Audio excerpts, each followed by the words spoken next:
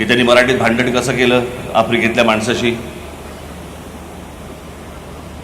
आपण आपल्या भाषेवरती ठाम राहिलं पाहिजे. जग त्याच्यानंतरच तुम्हाला दाद देतात.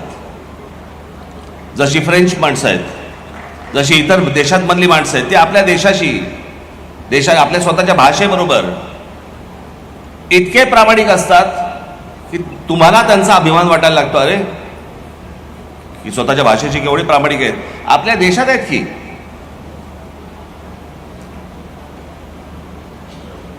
आणि जर बाकीची राज्य जर समजा स्वतःच्या भाषेबद्दल जर समजा अभिमान बाळगून असतील, तर आपण दुसऱ्या भाषेमध्ये का बोलायला जातो. आपल्याकडची मुलं आपल्याकडच्या मुली ह्या हिंदीमध्ये बोलायला जातात, इंग्रजीमध्ये बोलतच असतात, पण एकमेकांना भेटल्यावरती हिंदीमध्ये बोलतात. कशासाठी बोलतात.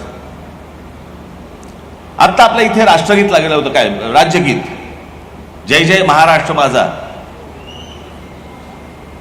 सांगून दाखवा भारतामध्ये कुठच्या राज्याचं राज्यगीत आहे. कोण म्हणतं जय जय आसाम माझा, असं कोण म्हणतं कसं मला.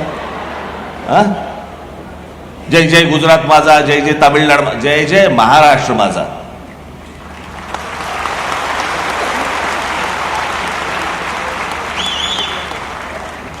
पहिली गोष्ट आपण लक्षात घेतली पाहिजे की आजपर्यंत या भूप्रदेशावरती, ज्याला मी नेहमी सांगत आलो की हिंद प्रांत, कारण हा देश हिंदुस्थान भारत जो काय आहे हा 1947 साली झाला. पण या संपूर्ण हिंद प्रांतावरती जी आक्रमणं झाली ती सगळी बाहेरून आली आहेत. या हिंद प्रांतावरती जर कोणी राज्य केलं असेल 125 वर्ष, या भागातल्या लोकांनी ते फक्त मराठ्यांनी केलं.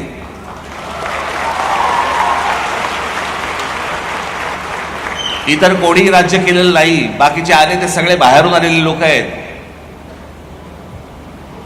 आणि ज्यांनी राज्य केलं, जे राज्यकर्ते होते, ज्या राज्याची जी भाषा आहे ती भाषा आपण वृद्धिंगत नाही करायची, मग काय करायचं. मगाशी उदयजी सामंत यांनी सांगितलं की मराठी भाषेसाठी म्हणून मी जे सांगित ते त्याला त्या गोष्टीला ते मदत करतील. उदयजी, आपण जे आम्ही सांगू त्या गोष्टीला आपण मदत करायलाच अशी अपेक्षा आहे. जे आम्ही करू त्यालाही आपण पाठिंबा द्यावा अशी आमची विनंती आहे.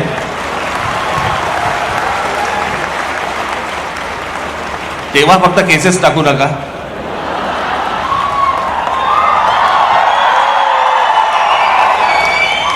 आतापर्यंतचा अनुभव सांगितला आपला, बाकी काही नाही. काय जे करतोय ते महाराष्ट्रासाठी करतोय.